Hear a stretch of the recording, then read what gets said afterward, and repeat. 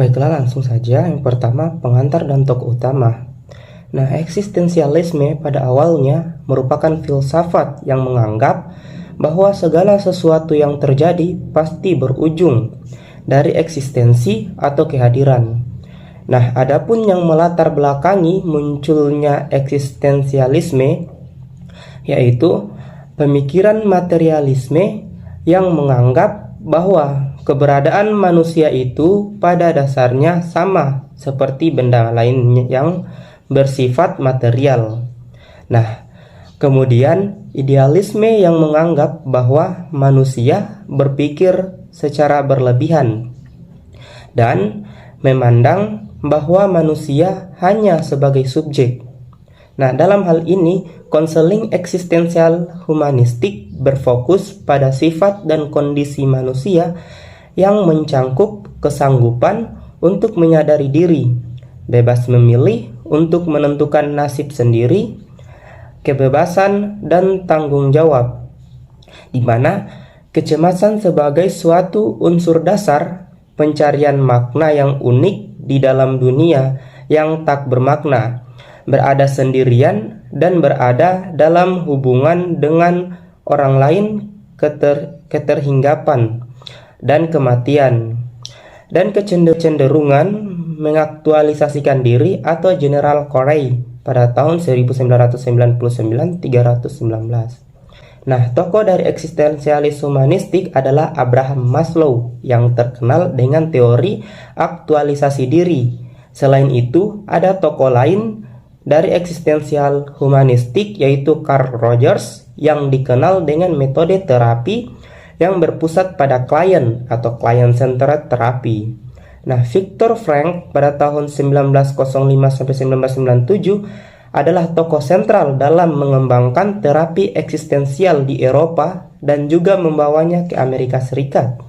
Nah, pendekatan eksistensial humanistik terfokus pada sifat dari kondisi manusia yang mencangkup kesanggupan untuk menyadari diri, bebas memilih untuk menentukan nasib sendiri, kebebasan dan tanggung jawab, kecemasan sebagai suatu unsur dasar pencarian makna yang unik di dalam dunia yang tak bermakna, berada sendiri dan berada dalam hubungan dengan orang lain, keterhinggaan dan kematian, dan kecenderungan mengaktualisasi diri.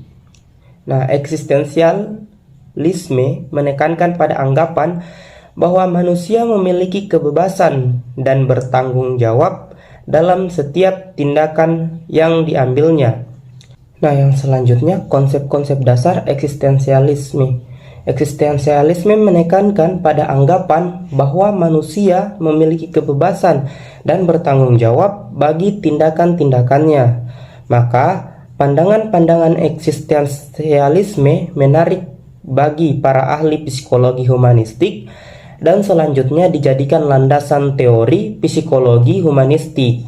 Nah, menurut Gerald Corey tahun 1988, ada beberapa konsep utama dari pendekatan eksistensial, yaitu yang pertama kesadaran diri, yang dimana manusia memiliki kesanggupan untuk menyadari dirinya sendiri, suatu kesanggupan yang unik dan nyata yang kemungkinan manusia mampu berpikir dan memutuskan.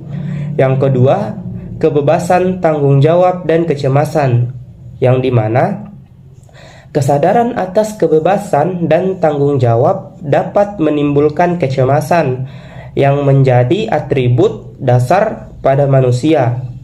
Yang ketiga, pencipta makna, yang dimana manusia itu unik dalam artian dia berusaha untuk menemukan tujuan hidup dan menciptakan nilai-nilai yang akan memberikan makna bagi kehidupan.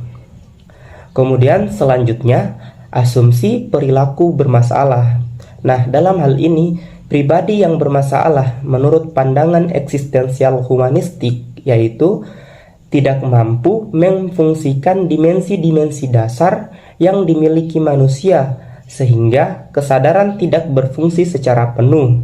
Nah, di antaranya yaitu pertama inkongruen, tidak dapat dipercaya, tidak dapat memahami diri sendiri, bermusuhan, dan kurang produktif. Nah, yang selanjutnya yaitu tujuan konseling eksistensial.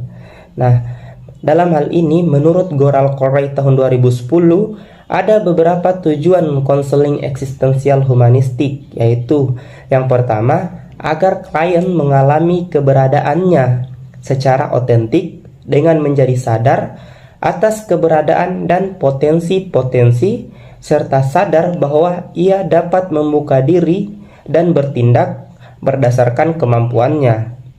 Nah, yang kedua, meluaskan kesadaran klien dan karenanya meningkatkan kesanggupan pilihannya yang diyakininya menjadi bebas dan bertanggung jawab atas arah hidupnya.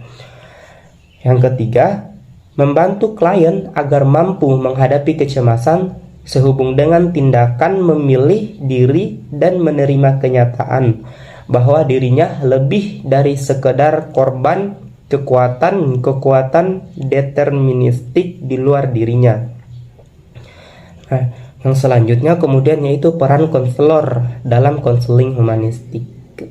Nah, fungsi dan peran konselor dalam konseling eksistensial adalah konselor adalah memahami dunia subjektif klien agar bisa menolongnya untuk sampai pada pemahaman-pemahaman pilihan baru, yang dimana konselor yang berorientasi eksistensial biasanya menangani orang-orang yang mengalami apa yang dikatakan kesadaran terbatas.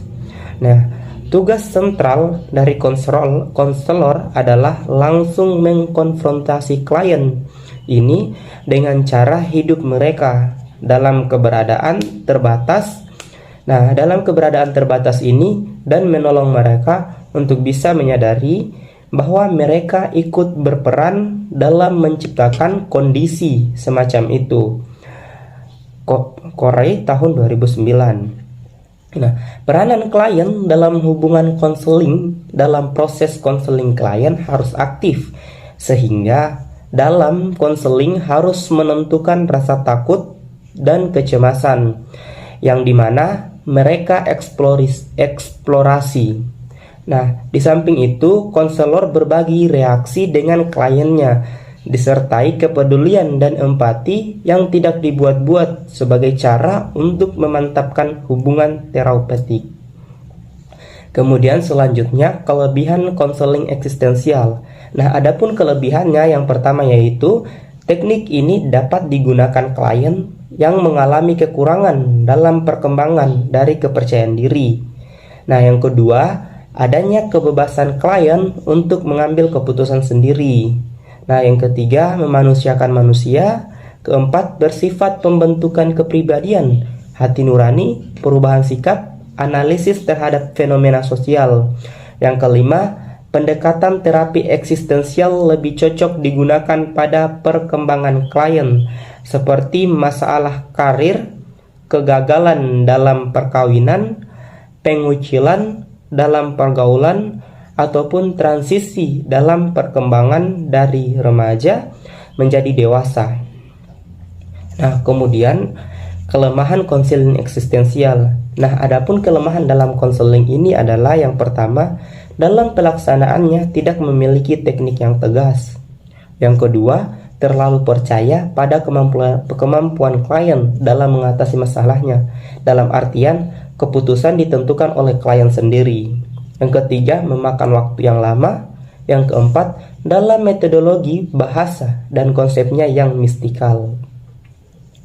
Baiklah, dari penjelasan tadi di atas dapat kita tarik kesimpulan bahwasannya dalam konseling eksistensial, hal yang paling utama adalah hubungan dengan konseli, di mana kualitas dari dua orang yang bertatap muka dalam situasi terapeutik ini merupakan stimulus terjadinya perubahan positif, di mana konselor berbagi reaksi dengan kliennya disertai kepedulian dan empati yang tidak dibuat-buat sebagai cara untuk memantapkan hubungan terapeutik.